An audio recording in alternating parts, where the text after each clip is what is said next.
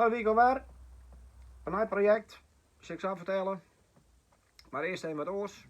Van de maand betocht ik, ja, we hebben al een prachtig bereikt de laatste tijd. Het hartstikke goed. Hele positieve reactie krijg ik al hier. En dat is ja, mijn hele grote energie. En binnenkort word ik 50. En ja, dan moet er wat gebeuren. Nieuw doel in het leven. Ik heb het doel gesteld, ik wil er meer volgers op mijn 50ste hebben. En ik zou zeggen, dan maar 50 volgers. En ik ga me voor. En het nieuwe project is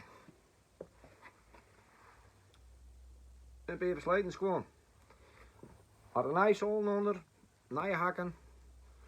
De roon voor is heel naar voort versleten. Dat moet een nieuwe roon opkomen. Die hebben we hier toevallig. Die gaat eromheen. Nieuwe zooltjes.